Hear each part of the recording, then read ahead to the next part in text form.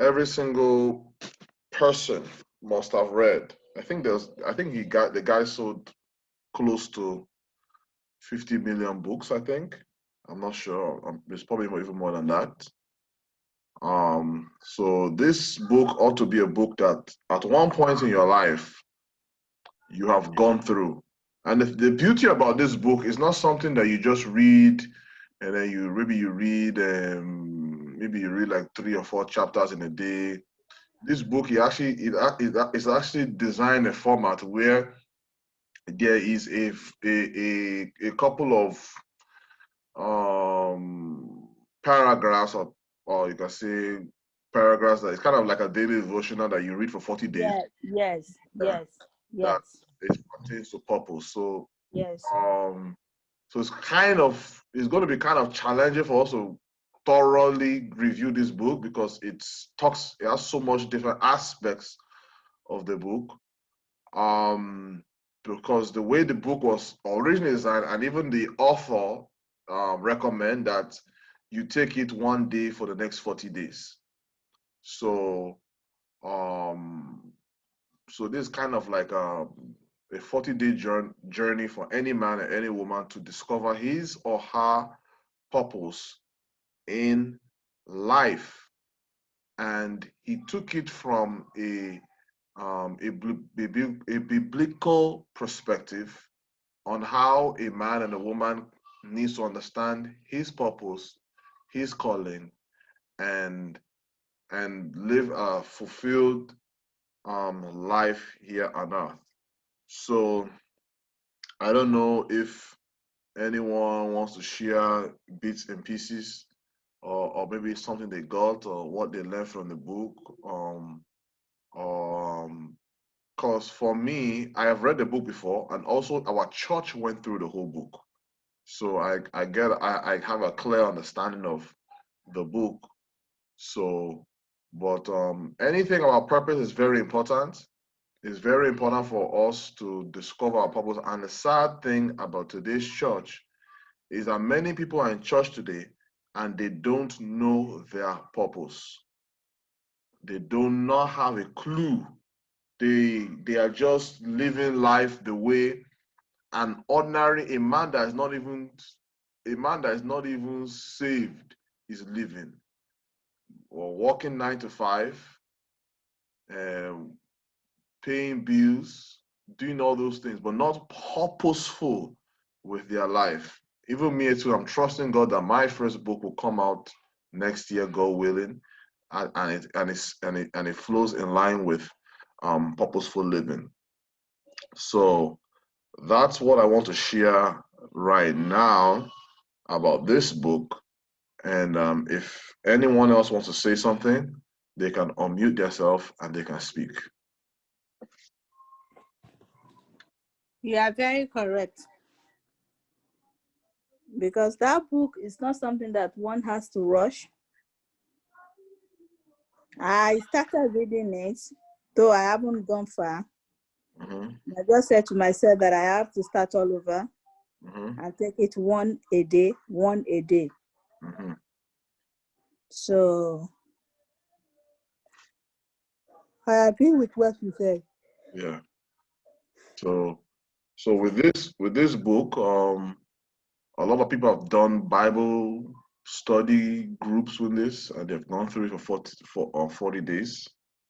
Just like you said, some people have read 40, have gone through 40 days on their own, and they got the concept from the book. Sister Adeola, you're not smiling, you're frowning. We can't even hear you. At work. I came to do Jara, make money complete.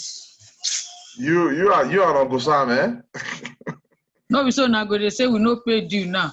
Make person no go there they find money.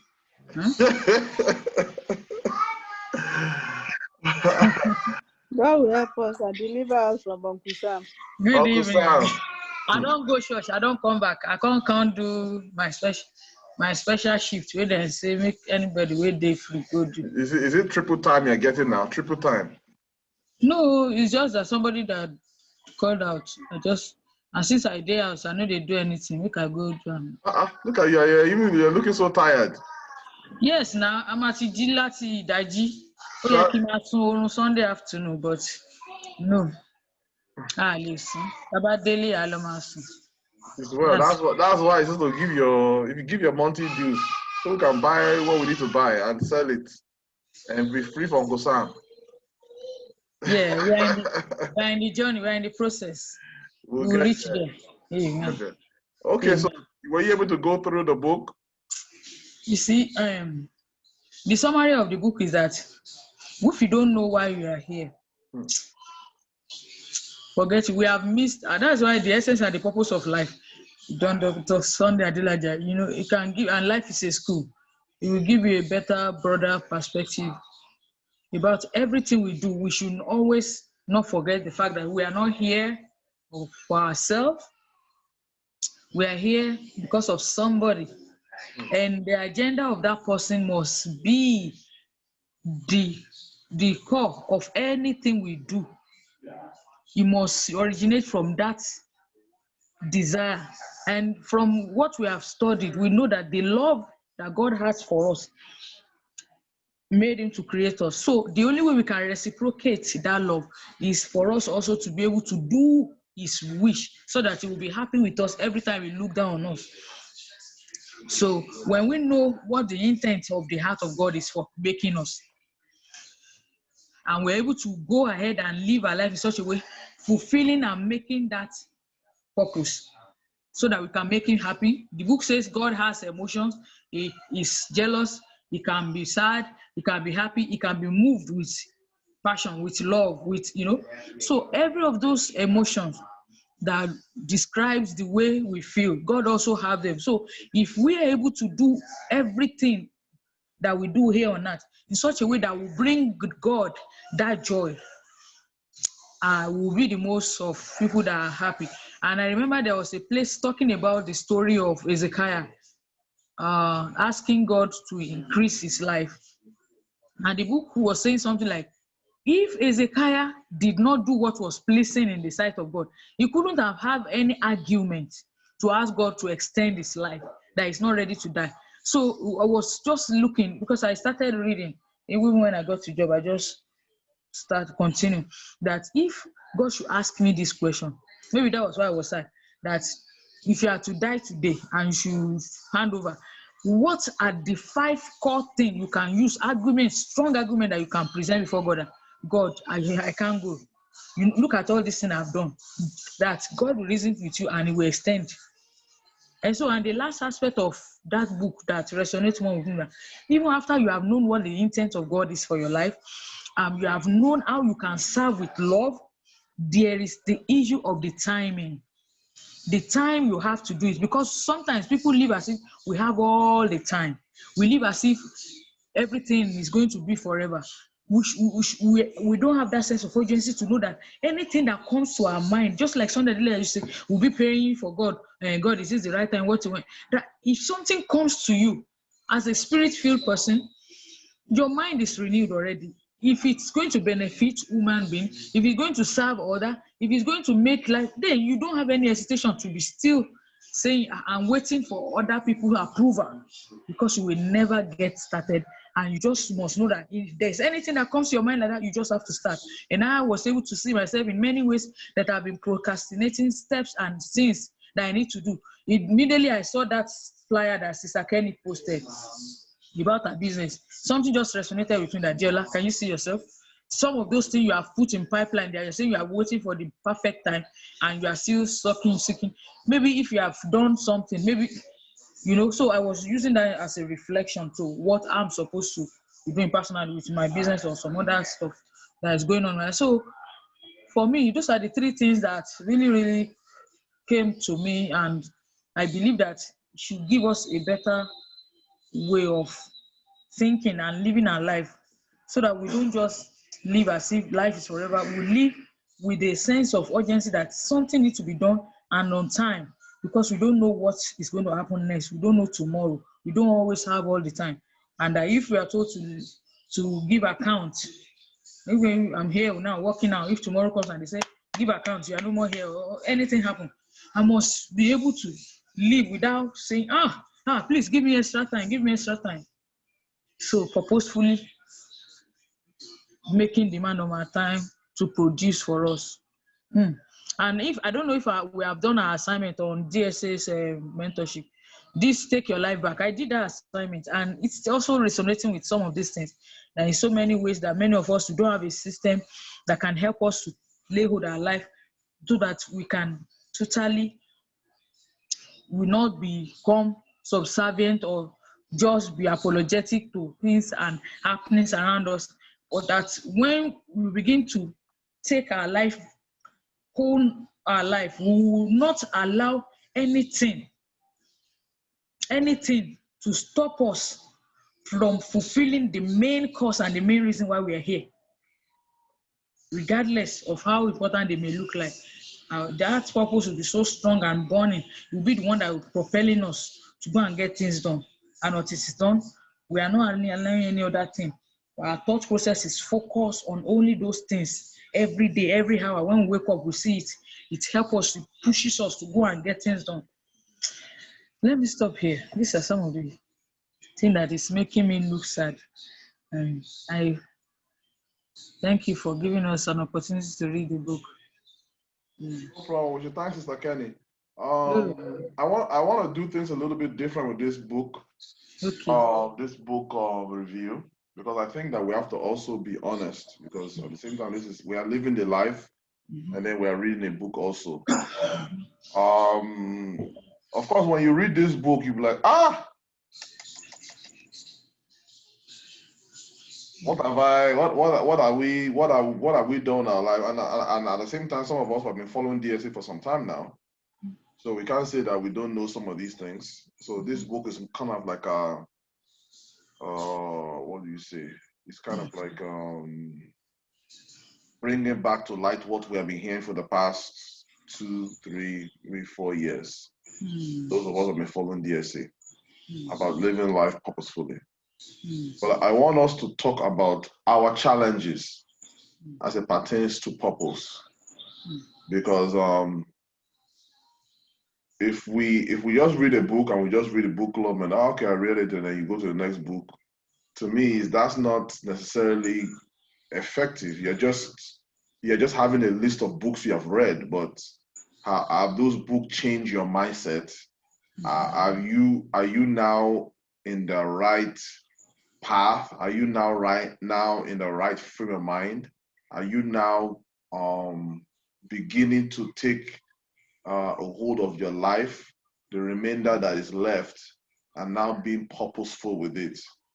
So I want us to do things a little bit different. I want us to talk in light. I want us to talk about what are our struggles with this type of message, or are we angry, or are we frustrated, or is it challenging, and then how are you overcoming those challenges? How are you now beginning to make that turn in your life so that you are now purposeful with your life? Or is it still a struggle for you? So for me, the first thing that I would say is this: until we are able to put a system in place that is going to help us to exit the rat race or the tyranny of 9 to 5, we are not totally free to go and serve God.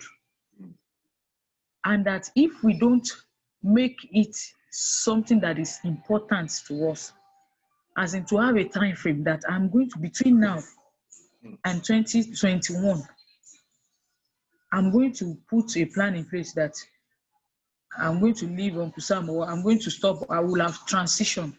Or, if we don't have that thing, it's not going to happen. That's number one, too. So, because if each time we keep hiding under that pretense, my work, we'll see that is how life will go and leave us. That is how time will go. We keep going. So, and we have just little time to spend. The little remaining time, when some are finished us and we are tired and we get to, we hardly are able to give time to do the most important things in our life. So what I am seeing And I mean, I just look at my own life from work back to home and to my studies and to my business, to my what I'm doing. So I think that is the triangle that more or less I'm doing now. But it's like a phase that you are trying to learn how to get and be deep and be thorough in what you want to do. And you want to make it like, you are in a school, you have classes from 9 to 10, you have subjects this, from 10 to 10, you have subject this, you have another subject this, and you go through it for that 8 hours before you go home. And the next day, can you see that process? So for me, how to bury myself and lock myself in that kind of a process that I am consistently in tune doing that. And that is the key. That is the key. Me, I know that is what is holding me back. I've not been able to do it consistently. So at times I will give reasons for my children because they are doing homeschooling and all those things. By the time they are here, this and that one is crying, that one.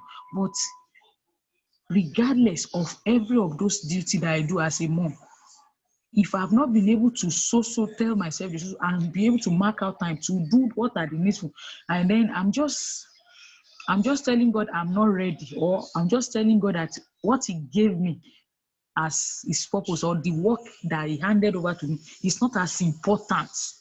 That's where I'm seeing this thing come to me. It means it's not as important that I am still more ready to be used to allow other people's agenda to take away my life, to take away my time. So when I'm now 50, I will now have reason to be blaming and nobody. So I should.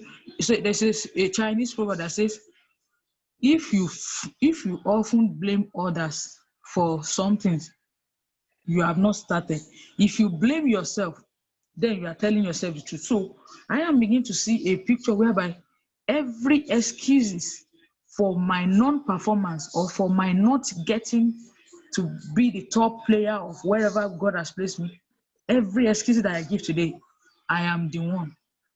It means I have not seen the reason why this is thing so important to me that it's a do or die, that I will not allow any excuse to stop me from. So this is where I am. I just in that process, I know what I'm supposed to be doing. I need to be consistent in doing it so that habit will consume me and I'll be able to see in days the result and the changes. That is what is. Yeah. This is I like what you shared. Yeah. And I think everyone faces that challenge with Uncle Sam, because a lot of us we that are hearing this message now, we have a family. We have already purchased our house, or we are already in debt already. So now, to be able to juggle what you have to do to take care of your family, and to be able to juggle what you need to do to develop yourself, can become challenging. I face that challenge. For instance, for me, there's a certain amount of books I need to read a year, 50 books. But I also understand that I have to take care of my family. I have to work, and I work 6 days a week. So a lot of times, reading 50 books is a challenge on its own, because that requires time, and it requires focus, and it requires all of that. What I've also understood from some of the books that we have read is that, yes, you have to work, but you still need to be able to create that thing. The structure, kind of what the work does is put you under a kind of like a container or a time frame. It puts you under that. Even when you and I are free on Uncle Sam, we still need to be able to do that same thing. So there's an aspect of 9 to 5 that it teaches us how to be disciplined with our time. That once we decide that we want to transition from that part of the world to this new way of living, we still need to structure our life in such a way that, and I think that a lot of times the reason why we are still there might be because God wants us there. God wants us there. He just wants us to, okay, now You have used 8 hours. Okay, now I want you to fight. I want you to be disciplined with whatever time you have left to be able to make use of that. And also, I also believe that if God wanted us to hear this when we were in our 20s, he would have allowed us, because that's how good God is. If God wanted us to hear this when we were teens, he would have brought it our way. But I believe that the time for us is now. But yes, there's a challenge of family, there's a challenge of your job, there's a challenge of maybe even your age, but God still wants you to fight. God still wants you to do what you need to do. God wants you to challenge yourself. God wants you to put yourself in a pressure cooker. It's not going to be easy. It's not going to be convenient. You're not going to always feel like it. But if you can just stay the course, if you can just be consistent, if you can just walk with people that are going that direction and learn from each other, I believe that eventually we can get there. And also, DSA is giving us opportunities. if I'd have told you, if you had told me a year ago that not a year ago, a year and a half ago, that DSA will come with a program of how to become a millionaire it's going to be doing mentorship, I'll be like, really? I'll be like, wow, But we're already in it. But are we applying those things that we're hearing? Are we? And not only that, now DSA did his own, and also the people in US decided, let's start our own. Are we maximizing those? These are opportunities. These it's not gonna happen forever. It's not gonna be there forever. In the next 2 to 3 years, the mentorship will be over. Will you have made that transition that you are a millionaire, you are free from Uncle Sam? So it just lets us know that, listen, these things are not going to be easy. It's going to take work. It's going to take sacrifice. It's going to take putting plans in place to be able to putting pen to paper, just like we did in our master's class, putting pen to paper. Okay, I need to save this amount of money. How can I save it? And you sit there, you think about how you can do it. You pray, you look for opportunities so that you are able to get to that end goal. But if you don't have that in place, then the truth is that we are just a dreamer. We're just dreaming that we'll become millionaires. We're just dreaming that we'll become investors. But the truth of the matter is that we are not doing today we're not doing what we need to do to get to our end goal. So yes, the challenge of the juggling, there is a challenge of juggling your own way of living, your own means of survival, your own means of taking care of your children, and also now you have to now start reading, you have to start developing yourself. That is a great challenge on its own. But I equally believe that we need to fight for it. It's not going to be easy. That's why anyone that comes to me and tells me that, I want to be great in life, but I can't read. You are the one telling yourself the excuse. You are the one telling yourself you don't have time. You are the one telling everybody. I'm sure if I was to take a stock at everyone's life, you have at least 1 hour. You have at least 1 hour that you are just wasting away. And that's how it begins. It begins by you saying, okay, 9 to 5. This is why I tell everybody, you work 9 to 5. You need to find 1 hour that you dedicate to you, that is your own quiet time, that you open the book. Even if you don't finish the book in two weeks, it's okay. But at least you have moved from reading no book at all. Or at least you have gotten to a place where you're reading maybe 3 chapters. Then you have moved from not reading a book to becoming, I've read 3 chapters of this book. Then you start progressing. And before you know it, it becomes easier and easier and easier, and you are training yourself to become a lover of books. So these are the things that I believe that, and also just like you said, we do need to challenge ourselves. We have our natural way of doing things.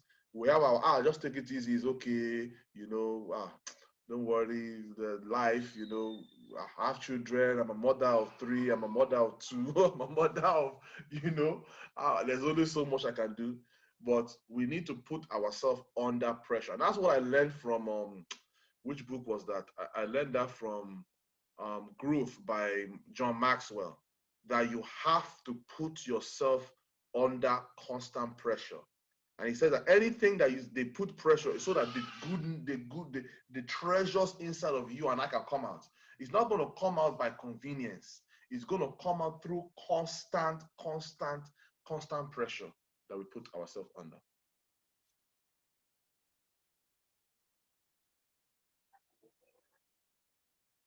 Ah, Mrs. Olojo is here. Welcome, ma.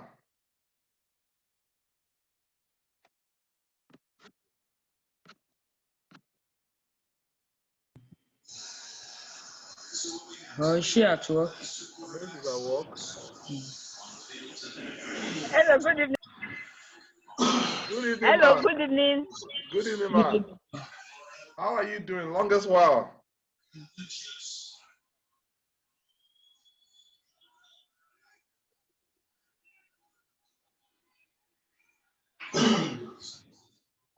Okay. Maybe she's someone that can speak, yeah. So yeah, those are the things that I believe. So I want to hear from Sister Adeola, because she looks like you're in your real deep thinking mode today. Yeah. Oh, I'm going to off my video. Now you call Sam now. Now you say make we read book. As I reach work, I just start the play and they absorb the thing. So yeah. Nah, that's it. Another question that I want us to ask is, see, year 2021 is just at the corner. Okay. So if we follow what DSA teaches, all this New Year resolution or all this New Year prophecy and all those things that churches do, that they're just rituals that are not taking us anywhere if we don't have system and structure. So for us, we begin to see how we can start preparing our own year and investing on ourselves and asking ourselves some critical questions. In which area of our life, personally, if we are going to do self-appraisal, do we need to grow? You know, it is good. Physical fitness. I want to have muscle. You know, and you can say, or maybe me. I think I'm adding one way to. I want to slim down. Okay, that might be that. But every one of us, we are in different stages and in different phases in our journey, in our maturity, in our life purpose, in our fulfillment of God's plan for our life. So when we sit down, we should be able to tell ourselves the truth of what are the areas, which particular areas do we need to give attention to more than any other area, you know? Because when we're able to tell ourselves that truth, it will help us to know what are the things we need to be doing, and we will not be competing with others. We will be competing with ourselves. We will not just be seeing other people as threat or running. Sister, can it invest? No, you will not. But you will know where you are in the frame of God's plan and agenda for you. You will know what you are doing now. You will know what you are supposed to be doing. Maybe you have not started doing. You will know who and what you're supposed to do. What are the things that are needed? What are the ones that you have? What are the ones you don't have? Who are the people you can seek help from? So that you can also take yourself on that journey. Because eventually, 3 years from now, every one of us, we are going to compare notes. And we are not competing. We are complementing each other, but you will just be able to see the result of what we have spent our last year, this year, next year doing. In 3 years from now, we'll begin to see the results. So I want us to be intentional. Just like you said about reading this book, we should sit ourselves down and count the cost and see what we are truly getting out of this an hour, out of this 1 hour that we spent to review, and how is it really helping us to take changes and take decisions that can help us move further in those important areas of our lives. That is very important. It's very important. Yes, yeah, 150% correct. We need to do a self-assessment or self-evaluation of where you are in your life. The church, the church is just continue doing what they know. But for us, it's not supposed to be New Year's declaration. It's supposed to be a time of reflection and a time of now identifying those things you need to work or put more energy in, so that your life becomes productive. I was sitting back and I was thinking about what did this, and I think you asked me, I think you kind of hinted it last time. I can't remember. I think it was the last time you spoke. I can't remember about what I know you did it. You were doing a series on what COVID has taught you, and in the meantime, I began to sit back and think that, okay, what has this COVID taught me? And I was now coming up with so many points of what COVID has, what 2020 has taught me about myself, about where I am and where I need to get to. Because I think that what COVID does, it kind of exposed a lot of the problems in America. It exposed a lot of problems with politics. It exposed a lot of the problems. So equally, I believe COVID also exposed a lot of the challenges that we need to give attention to going forward, so that if anything like this happens, if the economy crashes, if anything happens, you are not living your life based on how good the economy is doing. You are creating your own economy. You are creating your own system, and that system can function during any time. Just looking at Amazon. Amazon is having the best year of his life. Everybody is crying. Every business is shutting down, but Amazon is having the best year of his life. So how can you and then what I saw, that's like, how can I create my life that way to be recession proof, that it doesn't matter what's happening in the world, that financially I'm set, financially things are good, financially I'm where I need to be. So that's kind of what I saw about COVID. I saw COVID as more like exposing those areas that you need to give your 150% attention to. That if you don't cure this, don't think that when COVID goes, that's it, and then you can go back to your normal life. Something else can come again. Nobody knows what's coming. So COVID can be like an alarming bell that, hey, you need to get your house in order. You need to start working hard on yourself. You need to fulfill your purpose, because this world is just volatile and things are happening.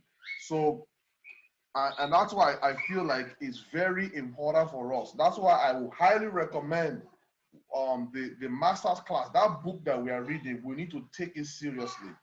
You need to go and you need to write down a plan for yourself. You need to sit down and have a paper. Okay, what are your plans? Or better yet, what does God want you to do that you have not done? And write it down. Write it down, and then write down a plan.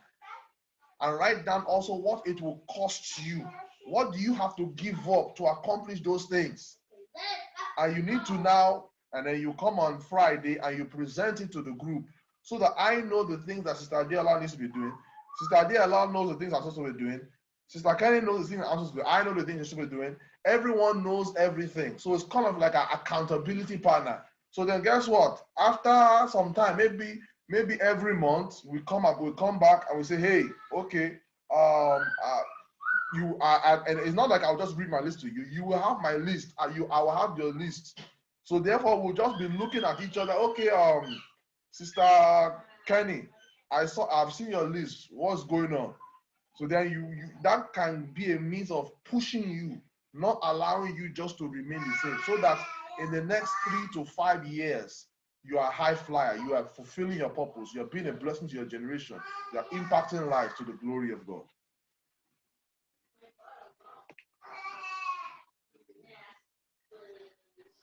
Amio, God will help us. Good evening, man. You're welcome back.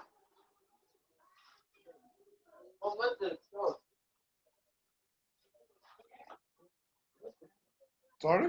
You are saying something? Yes, I said that's true. I said thank you for that. God will help us. And I said good evening to Mrs. Olojo. Oh, okay. Yeah. Good evening. Good evening, everybody. We miss you. Thank you. Thank you very. Thank you. I just came back from Nigeria. I traveled to Nigeria. Oh, really? Yes. Wow. What do you bring back for us? Kuli kuli. Kuli kuli. New Jersey, OGC, Maryland, you. Ojuna, 3 hours. You're 1 hour away from me, so. I said I will. Thank you. Good. We have so much work to do in Nigeria. So much work. Wow. I can't mention enough what we have to do.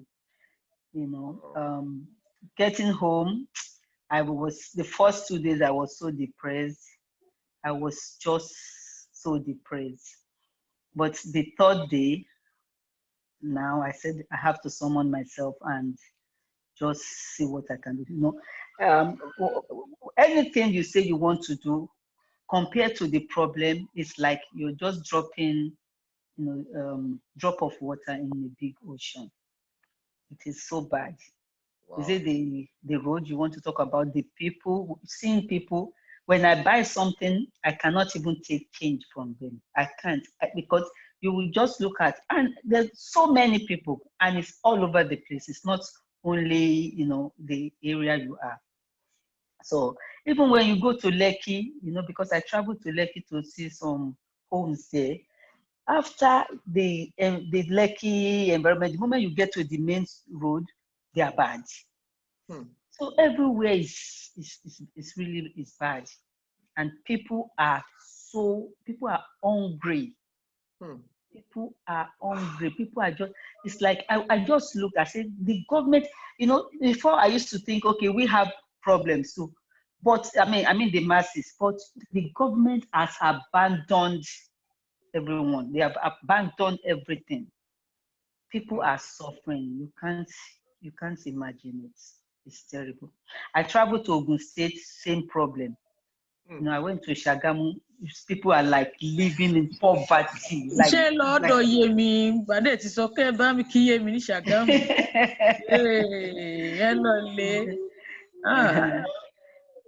We have. I'm like, where are we going to start? What are we going to do?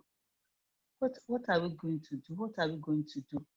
But out of everything, there's one testimony that I just want to say, and that is the only thing that gardens my heart up to now, because I was like, what am I going to do? But I said, let me do one. Let me just do one. At least that one will be out of it. So I saw this crippled man, in the traffic, because when you are stuck in the traffic, you'll be there for 3, 4, 5 hours in one spot. So we were there, and this guy just came, and he said, "Oh, I'm hungry." I said, "So this guy is a Yoruba person." That thing just touched my heart, and I said, "What of if?" Because it was calling, both legs are crossed each other. Both legs cross each other. So he was, dragging his butt on the floor and using the 2 hands to move. So it was like, so I said, what if I give you wheelchair? Will you like it? He said, I will like it. Wheelchair? So it's like I was pensioning Rolls Royce. So the guy said, I said, okay, how can I get your number so that we can contact you? If you see the way he speaks to go and get the number, I was so scared. I thought he was going to fall inside the ditch, the gutter, the big gutter, And he went, he got the address, and I said, okay, I will get back to you. So the next day, we went looking for wheelchair. Just to buy a used, wheelchair. We couldn't get around. And I said, okay, we're going to stay. He kept calling me because I gave him my driver's number. He kept calling us. So, and I said, don't worry, we are still looking for the wheelchair. So one of the guys told me, said, Mommy, why are you asking for a wheelchair? This guy, if he gets a wheelchair, he won't be able to come and be asking for money now. He will just sit, so he's probably going to sell the wheelchair. I said, okay, that's true. I said, let's ask him, what else can we do? So, and I said, I was scared because giving him a wheelchair, he might go and sell it too. So we called him and he said, he's been, he doesn't know how to tell me, that he wanted to ask if I can buy his son a sewing machine because he's going to graduate from the sewing school and he doesn't have nobody to assist them with the sewing machine. Wow. Oh my God. I said, okay, is this sewing machine that you want? I said, can we speak to the son? We gave us the phone, we spoke with the son. I said, well, see, we are asking for your dad's wheelchair, but daddy was mentioning your own machine. If we get you a machine, will you take care of your dad? He said he will. And the dad said he will take care of me. He's the one that always bring me from E4 to Songo to come and ask for arm, and he will pick him up at night. He said, so he think he's going to take care of him. I said, okay. So we're still looking for how to get then I was saying in my heart, this guy is the one that I want to take out of the streets, not the daughter, the son. So I called him, I said, what do you think you can do with your hand? I know your hands are still moving. What do you think you can do? He said he can be selling something or go and learn shoemaker or something. I said, okay, go and get yourself in a place where you think is comfortable for you, where you can learn the shoemaker making thing, and then we can go from there. So, but it was still, he didn't call me until I left.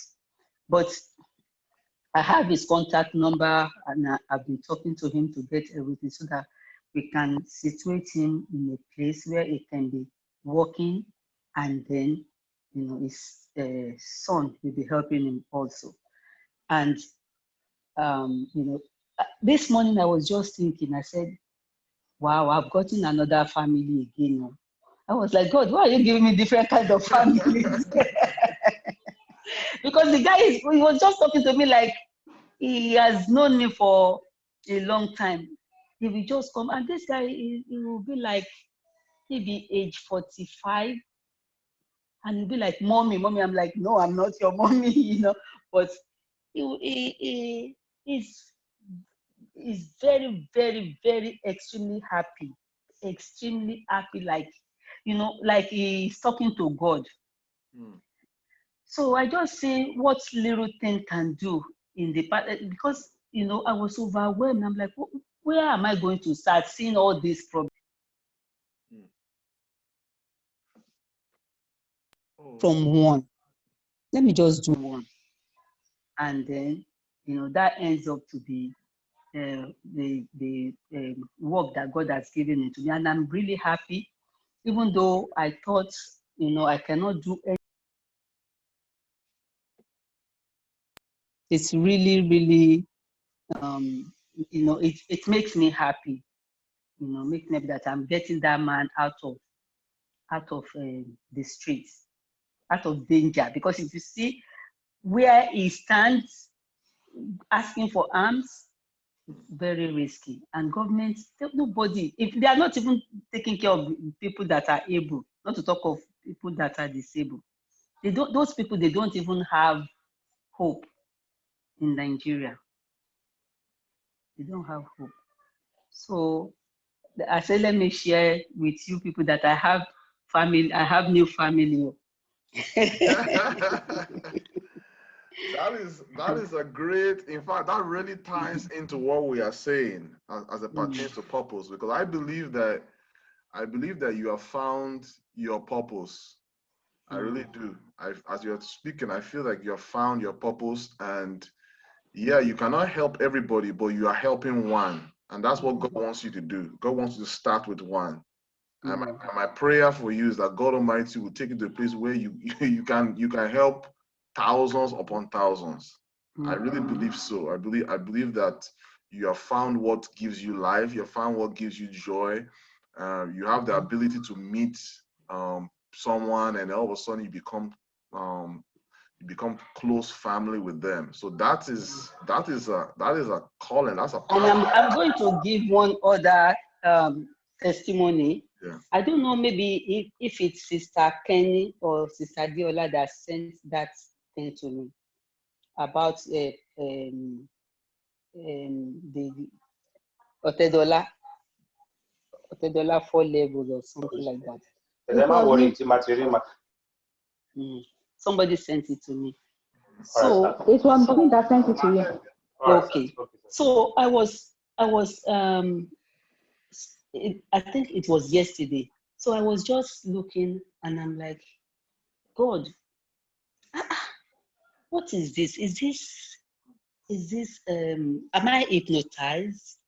What is wrong with me? Why is it that I can't rest until I help somebody? I said nobody is helping me.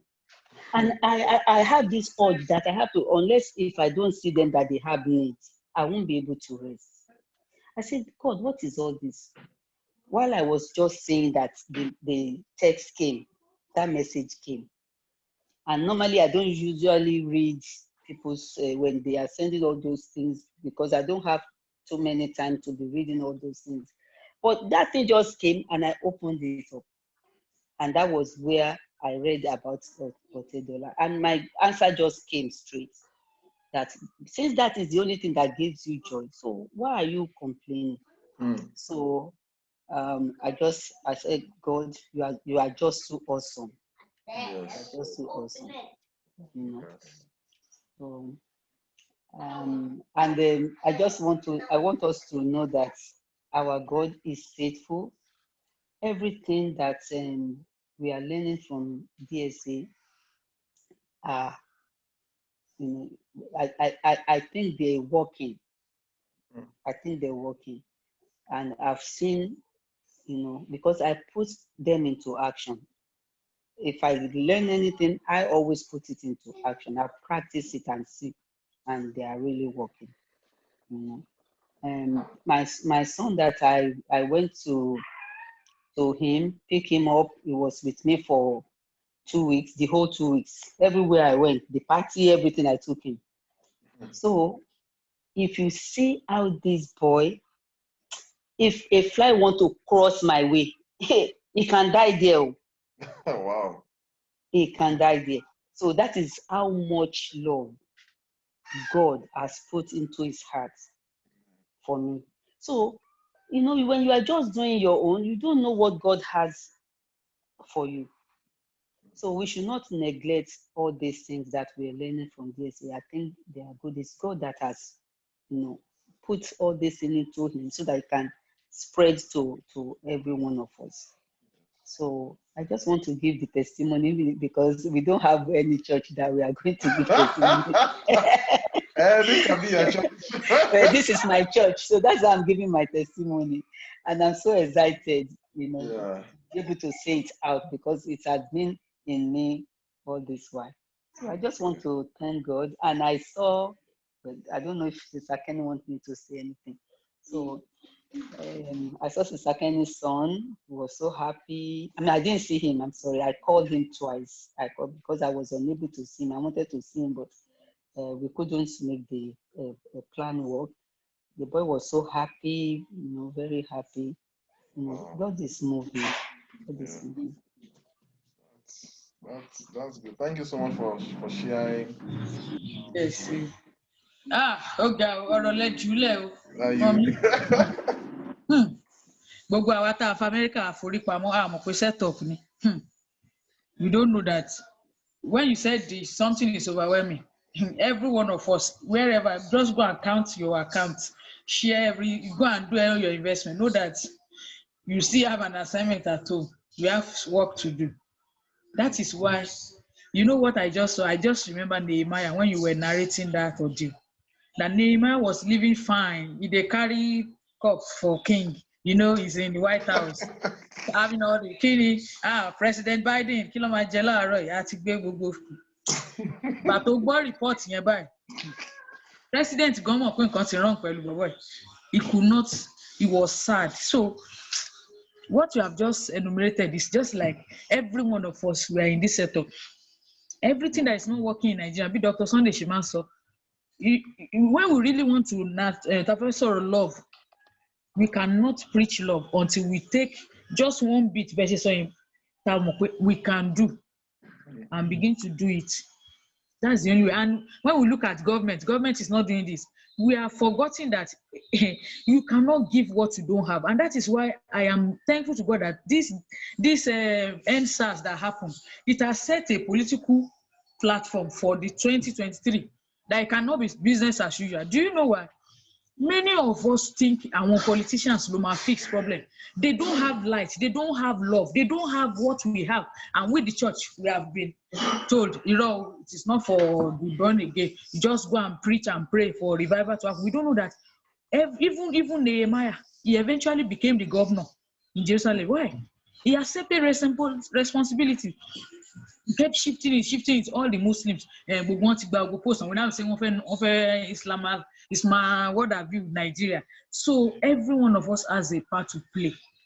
That is what I'm saying, and that we should never, like I was saying, we are citadels. I was trying to look at the meaning of citadel. The citadel is like a place, like a strong tower where people hide in times of war, in times of political instability or whatever. That is where all of us, we are here. Maybe we are here 10 years ago or 5 years ago or 2 years ago or 3 years ago. Now, when time comes, we are expected to go back like Nehemiah, to go and use every skill, every expertise, everything that we have been able within the time that God has given us the opportunity, because it is opportunity. Many people are better than us. They don't have what it takes to be inside, to come inside. So we should see that opportunity and we should use it to go back and bring life, bring happiness, bring joy.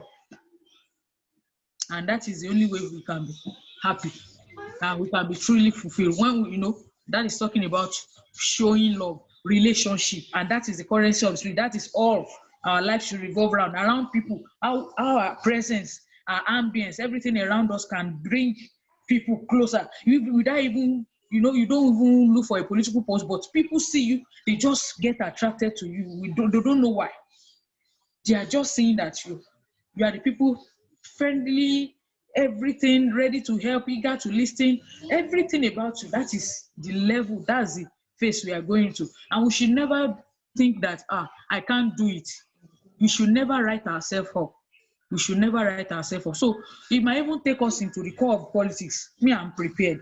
That is why I'm telling myself, everything I'm doing, I must have a time bearing. Let me not take our time, because I know 5 o'clock is our normal closing time. So let me stop. Thank you all so much. Today was really engaging, and then I think Mrs. Olojo really with her testimony, she really cemented all that we were saying as it pertains to our purpose. Our purpose is not as far as we think. It's right there, and we just simply need to take all that we have learned and put actions into them, and then we will get there in Jesus' name. So please, let's not forget our assignments in our master's class this coming Friday. Sister Adela is going to be leading us, but before she leads, we're asking everyone to make a list of things they want to accomplish in 2021. We're gonna talk about them. I'm gonna post the instructions. I forgot to. I'm gonna post it so that you can have a guideline of what you need to write down on those lists, so that we can make our life become productive, so that our life is a blessing wherever we go, and our life is fruitful to the glory of His name. Well, everyone, thank you so much. For those of you that, I think all of us here are in the MSMG, I will see you 7 p.m. and then we'll continue our journey to become multi-millionaires in Jesus' name. Bye for now.